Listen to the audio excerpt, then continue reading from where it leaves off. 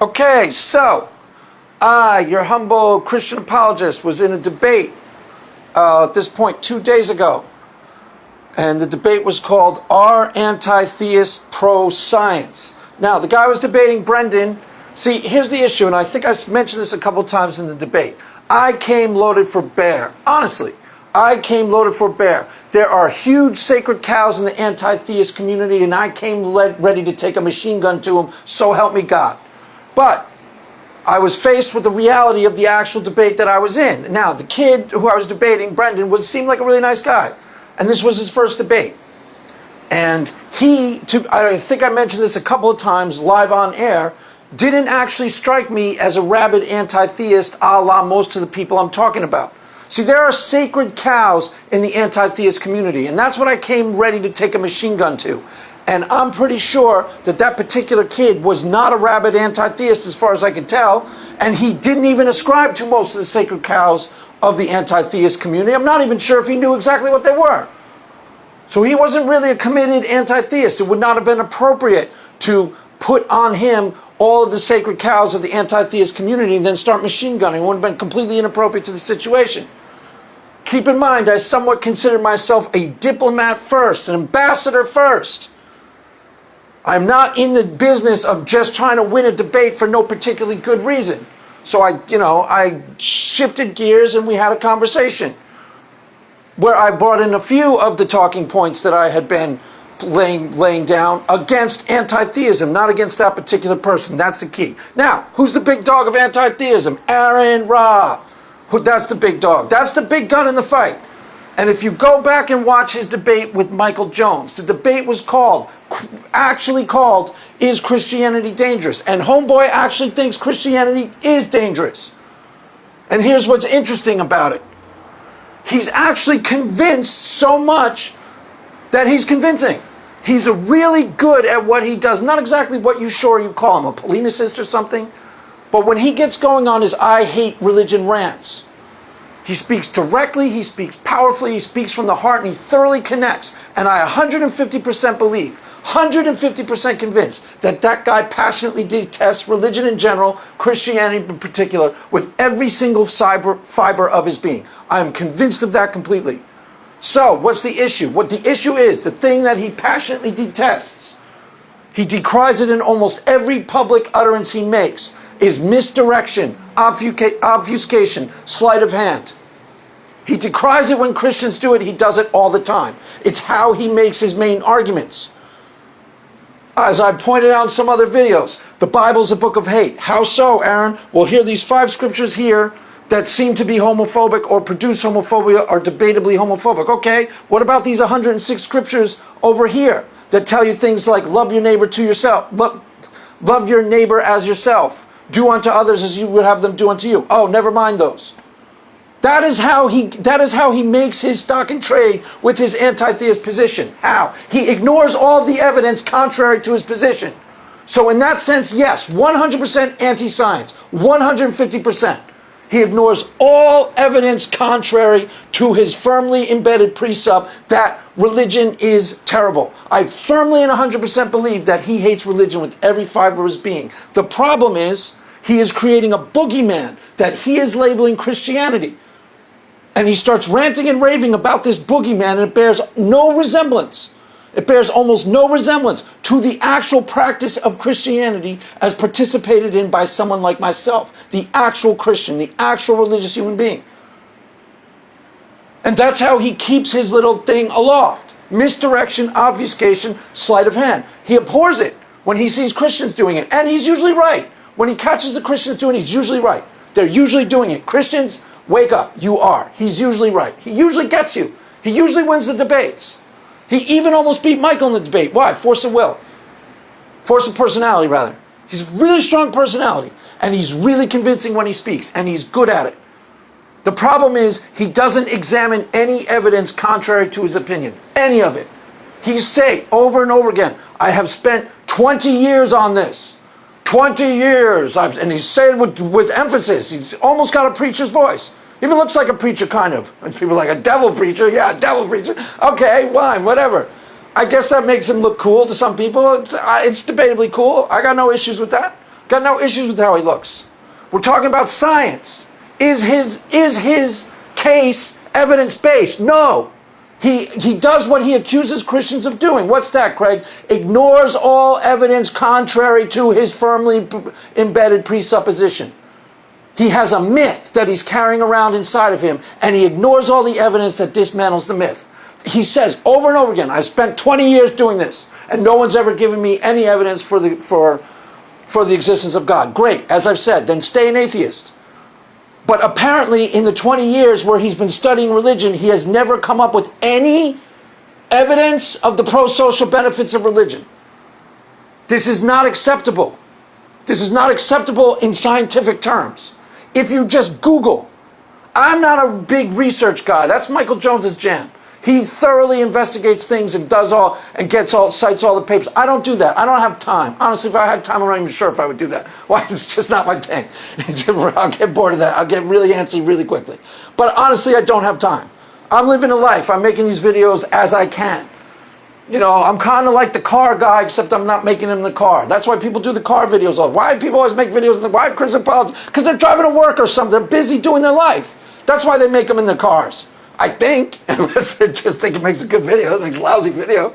You stop making them in your cars if you don't have to. I'm assuming that they're going somewhere, so that's the only time they can make the video. I make my videos like that, on the fly. Okay? So, but getting back to the subject at hand. Pro-social benefits of religiosity. He says he's been investigating it for 20 years. I investigated this morning, for example, for 2 minutes. 2 minutes, not 20 years. And in 2 minutes, I put into a Google search, honest to God, pro-social benefits of religiosity. Do it yourself. You'll see I'm telling you the truth. Page 1. Page 1. I'm not going to the second page. Page 1. In 3 minutes of Google search. And I've got what? Psychology Today, Forbes magazine. Amongst many, religion is good for all of us, even Forbes.com. Now, why is Forbes in psychology? There's a couple other sources in there. Why is Forbes in Psychology Today? Why did I name them? Because they are mainstream publications. And we still haven't reached the point in society, we may get there with the mainstream media, but in society at large with publications like Forbes and Psychology Today, we have not reached the point where they source their material correctly. Unless they're talking about something wildly controversial, you usually don't have to investigate their sources because they source it out correctly, because their reputation is on the line. They're mainstream publications.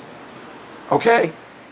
So they have two articles right there, right in front of your face. 1 minute of research, not 6 hours of research, 1 minute of research. And you can click on the links that give you right there.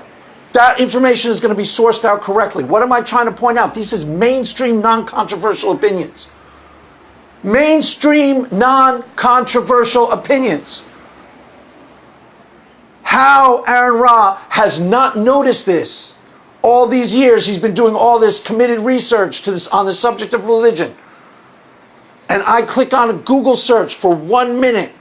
And I come up with tons of evidence contrary to his opinion. Let's keep looking if you don't believe me. These are not wildly controversial opinions. There's a whole bunch of other sites in here. Okay? So let's go to National Institute of Mental Health, NAMI. Now that's a thoroughly reliable source. That's a thoroughly reliable source. National Institute of Mental Health, NAMI. And then there's UCLA Education Center. All on what? The pro-social benefits of religiosity. He's been investigating for 20 years. He never investigates 1 minute contrary to his firmly embedded opinion. Never investigates for 1 minute evidence contrary to his point of view. And he accuses Christians of doing it all the time. He's right, Christians do it. He's doing it too. No, that's not pro-science. No, that's not pro-science. That's not how science works. If we were doing a science project, honestly, if we were doing a science project and it was, is religion positive or negative, Aaron Ra would be asked to remove himself from the project. Why? He is too emotionally committed, not evidentially committed, emotionally committed to the proposition, no, it's destructive. It's clear when he talks. It's clear when he talks. He passionately detests religion with every fiber of his being, but he has done no investigating to get any evidence contrary to his own firmly embedded mythology. Promise this is true. I promise you this is true. Play this video for any neutral party. They'll know for a fact I'm telling you the truth. Why? Because I'm telling you the God's honest truth. Telling you the God's honest truth. Like I said, I came to that debate loaded for bear. And it wasn't appropriate to the situation. So I'll just, start posting videos on this stuff that I'll bring to this discussion. It's the God's honest truth. Pro-social benefits of religion is not a controversial opinion. It's a mainstream opinion.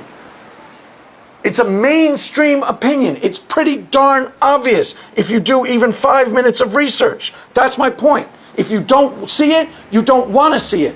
If you can't find it, you weren't looking. You were clicking on, YouTube atheist videos who are all radically socializing themselves to constantly think that religion is superstitious, boogeyman, evil nonsense. That's what they say to each other. So they socialize themselves into that point of view further and further. But it bears very little relationship to reality itself. And every atheist I've ever known says, I want to believe what's true. I want to believe what the evidence supports. So, you don't have to take my word for it, atheists. Go look at the evidence. And you don't have to go digging for 6 hours. Just click pro-social benefits of religiosity. Pro-social benefits of religiosity. You will have tons of real-world evidence right in front of your face. It will take you 3 minutes. 3 minutes. Now, let's go back to the real world. Because the other leg of the anti-theist argument that they use time and time again, through history, Christianity, we can see all these crimes throughout history inspired by the name of religion. Look, here's Exhibit A. Here is, Spanish Inquisition. Okay, fine, I grant you. That was destructive and it was inspired in the name of religion. Look, here's where they persecuted these scientists in the 1400s, inspired by religion. Okay, I accept that. But what I tried to point out in the debate, and I will make videos on this subject in the future so you have no error in your mind. If you think clearly on this subject and hear me clearly, you will not mistake this as basic reality, because it is. In the time in question where the anti-theist is cherry-picking these specific events in history that were destructive and toxic and were probably directly inspired by religion, which I grant you they were. That same time period in history was known collectively in Europe as Christendom. As Christendom. Why is that important, Craig? Because every single thing positive at the time, as I tried to point out, was inspired by religion too. If you go to Europe today, for example, this is real world evidence. Again, if you go to Europe today and you are traveling to Europe, you're going to get a tourist book. And in that tourist book, they're going to say, for example, if any of you have ever been to Florence or if you've been to Paris, I've been to both. Florence, Italy, you're going to get a guidebook. The first thing in the guidebook is going to be what? The Duomo in the center of the town. The Duomo, the church. The architectural masterpiece inspired by religion is going to be one of the first things on the tourist destination list. Second thing on the list is going to be the Uffizi Museum. Been there in person. Seen it with my own eyes. What do you see when you walk in the door? Overwhelming. So many paintings on the wall, they have to cram them together and they have to rotate the collection because they can't fit it all. Almost all of the paintings in that one of the most famous museums in the world, by the way, and almost every single painting in there is a Renaissance masterpiece. And there's so many paintings, they have to rotate the collection because they can't fit it all on the walls. World famous museum. Almost every single painting in there was inspired directly by religion. Hello. Pro-social benefits of religion. Almost every single masterpiece in there was inspired directly by religion. If you go to Italy, every town you go into will have a church. In most of those churches, you will see a Renaissance masterpiece painted on the spot. Blows your mind, actually, in real life. Cologne Cathedral is one of the most famous architectural masterpieces in the world, inspired directly by religion. Pro-social benefit, the overwhelming and staggering amount of fecundity. The overwhelming, staggering amount of fecundity inspired in the name of religion staggers the limits of the imagination. Prior to 1680, say 1700, almost everything you see, every ounce of music, every painting painted, every building built, was inspired directly by religion. Almost every single thing. All of the universities prior to 1700s, inspired directly by religion. They started out as theological seminaries, so they were inspired directly by religion. You see what I'm saying? The entire civilization, collectively, in Europe, was known as Christendom. And here you cherry pick a couple of examples where people did destructive things in the entire civilization. All of the good things were inspired directly by religion. And those good things still exist. And you can go look at them, you can go experience them directly in real time and place. And they were all inspired by religion. But you say religion is destructive and toxic. Why? Because you cherry pick a couple of examples of the entire civilization, of the entire epoch, the entire Christian era, and say, look, here's a couple of places where religious people did destructive things in the name of religion. It's sleight of hand on almost like a mind-boggling level. It's sleight of hand, obfuscation, misdirection on levels that like stagger the limits of the imagination. Just take Johann Sebastian Bach. Homeboy was a thoroughgoing religious tart. Almost every song he made was inspired directly by religion. Jesu, Desire, whatever it's called. St. Matthew's Passion. Go look. I'm not making this stuff up. This is the world that you inhabit. Every single solitary university built before 1700, just inspired directly by religion. And I'm only talking about Christianity. If you include the entire world, you've got, forget it. The Taj Mahal, all sorts of architectural masterpieces. Now, the argument against that, Matt Dillahunty will say directly in his argument to the contrary. See, I came loaded for bear. I came for Matt Dillahunty, Aaron Ra, the big anti-theist arguers. And they have embedded into the consciousness of the anti-theist community through sheer force of personality, mind you. Not because they are pointing out really good evidence-based conclusions. That's what they say they are doing, but the evidence that is contrary to their opinion they ignore. Or at least Aaron does. Matt Dillahunty will tell you, you don't need religion to produce all these beautiful buildings and produce all these paintings. Maybe he's right. We don't know that. We are embarking on a social experiment in the present tense that is relatively new in history, and we don't know that for a fact. He's got actually no evidence of that.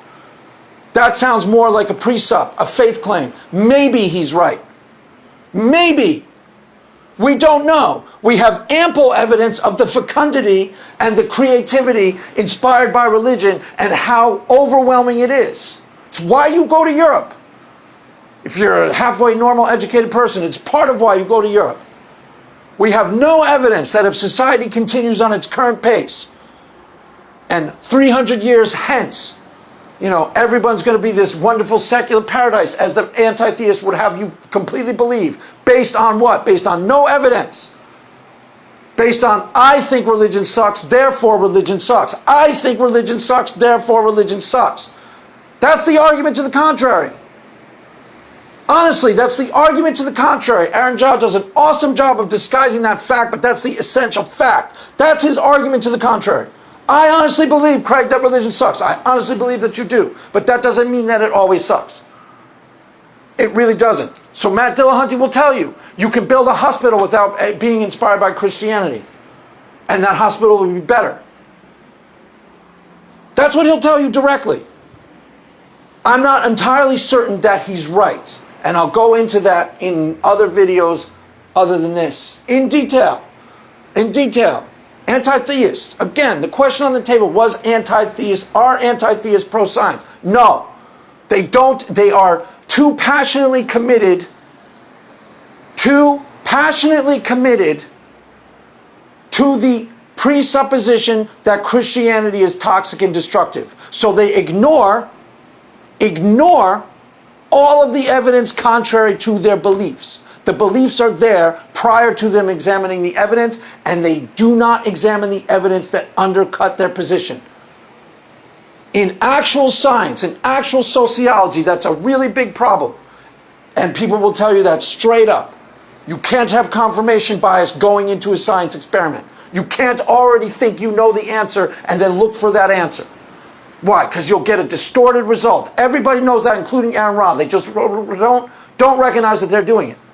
He knows that. He'll tell you it in his videos and other sources. Like I said, when Homeboy starts talking about evolution, and he does this whole thing on, I'm pretty sure he's right on that stuff. I don't know this for a fact because I'm not that interested in science. Honestly, I'm really not. I don't know if he's telling the truth about evolution. But when I've listened to his videos on evolution, his videos sound legit, and the information he seems to be saying seems to me legitimate. When I've seen him in debates on those subjects, I don't dispute any of the stuff he says. As far as I know, he's telling the truth and he's sourcing it out correctly and he's correct. On the subject of whether religion itself is destructive or positive, he firmly believes it's destructive, and he only looks for evidence that confirms his belief. Period. Full stop. I've seen that directly. I know that directly. Like I said, the boogeyman that he invents and calls Christianity bears very little resemblance, bears almost no resemblance to the religion that I practice. Almost none. It's distorted funhouse version of Christianity, where he goes, look at these snake handlers. Even the way he talks about it is distorted. So, the answer is no. The answer is no. Anti-theists are not pro-science. They are not dispassionately engaged with the subject of religion at all. They are passionately engaged with the subject of religion, and they have predetermined conclusions about what religion is, and they don't examine the evidence honestly. There is a complex phenomena in the world known as religion. And very, very, very, very few anti-theists engage with it with any sort of honesty, where they take their emotions out of the picture and they try and examine the evidence dispassionately, which is what all science is predicated on. Dispassionate examination of the actual facts, so that your beliefs are ultimately tethered to reality itself. That's what all science is predicated on. Correct? Matt Dillahunty will tell you himself, and I believe him. I want to believe true things.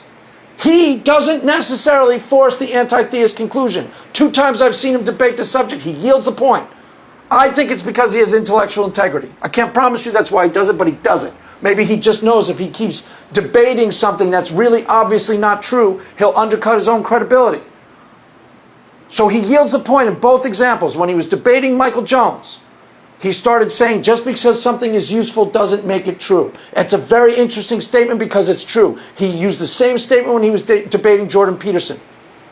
When faced with clear-cut, go watch the Michael Jones debate if you don't believe me. Michael Jones won that debate hands down, 100-3. Shut him out. Why? Because Michael Jones brought all the facts to the table, all the data analysis, and all he did was just keep pointing us to the data, which is pretty conclusive, that religion has tons, reams and reams and reams of pro-social benefits. Now, when Matt Dillahunty was faced with the actual data, he yielded the point. He yielded the point. Just because something is useful doesn't make it true. Maybe he's got enough intellectual integrity to ultimately yield to the point. Anti-theists, some of you have real intellectual integrity. I don't doubt you on that. Examine the point honestly. Google today what I said to Google. Pro-social benefits of religiosity. 2 pages. You will see tons of evidence contrary to your firmly embedded belief. Examine it honestly. When Matt Dillahunty was in the second debate with Jordan Peterson, same thing. Just because something is useful doesn't make it true. So he yields the essential point. Christianity can be really, really, really useful. In what? In the building of churches, the building of orphanages, pro-social behaviors. A church isn't something that just appears out of the world for no reason. It's inspired directly by religion. It has enormous benefits to the community at large. Part of the only reason anybody goes to, try and imagine anybody going to Cologne, Germany today if there wasn't this huge architectural masterpiece right smack dab in the middle of the city. Why would anybody go there? They wouldn't.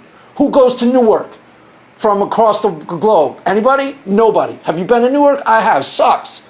It sucks. Why? There's no huge, awesome, cool masterpiece right dab in the middle of the city. You take Cologne Cathedral out of Cologne, it's fucking Newark. Honest to God, it's fucking Newark. It's the same thing. I've been to Cologne. It's just like Newark. But people travel from all over the world to see it. Why? Because the religiotards built this really cool building. The religiotards took 500 years and spent all this money and built this really cool building. And it's of enormous benefit to the community today. People make millions of dollars taking photos of it, selling little souvenirs of it.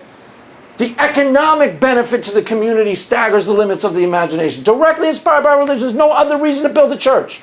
Hello, no other reason to build a church. No other reason to build a church except to celebrate, our religion. Duh. Our love of God and our religion. I mean, this is conclusive. How this can be argued to the contrary, I don't know, because it honestly can't if you look at the evidence conclusively. Look at the evidence, kids. That's all. Stop misdirecting yourselves from the evidence. Look directly at the evidence. Because then you will come up with the phrase that Matt Dillahunty will make famous. Just because something is useful doesn't mean it's true. So the first leg of the pro-Christian argument that I'm presenting to you, the YouTube audience, is this. Religion is unbelievably useful. Unbelievably, definitively useful. Produces tons and tons and tons and tons and ample evidence of pro-social benefits. Things that would not exist. That's why the church is really essential. The Cologne Cathedral. Why? Because it wouldn't exist except for religion. Yeah, the hospitals would probably be built. Why? People get sick. Even when they're not Christian. They get sick and they need to be taken care of. So the hospital's probably going to be built. Maybe the orphanage might be built too. Matt Dillahunty would debate that. We could debate that. Maybe. But the church wouldn't. The church wouldn't. The Cologne Cathedral would not be built. And it has enormous pro-social economic benefit to the community at large, full stop. No exceptions, no way not to know that. And there's no way it would have been built for any other reason but for religion. Would not have been built otherwise. So, the evidence clearly suggests the pro-social benefits of religion. Examine it honestly, examine it dispassionately, you will come to the conclusion too. And you will start saying along, that's the first leg of the argument I'm going to present. The pro-social benefits of religion. Okay? Saying just because something is true, useful, doesn't mean it's true. And you will ultimately all yield to Matt Dillahunty's point, because as Matt Dillahunty said it, not me, and he's right. Just because something is useful doesn't mean it's true. So he's not saying God exists, and in this particular argument, neither am I. He's just saying religion is useful. He's yielding the point. Religion is extraordinarily useful. Yield the point. Why? Because it's true. It's true. Examine the evidence honestly, and you will find out that it is true. Irrefutably, conclusively true. Mass is ended. Go in peace. Amen.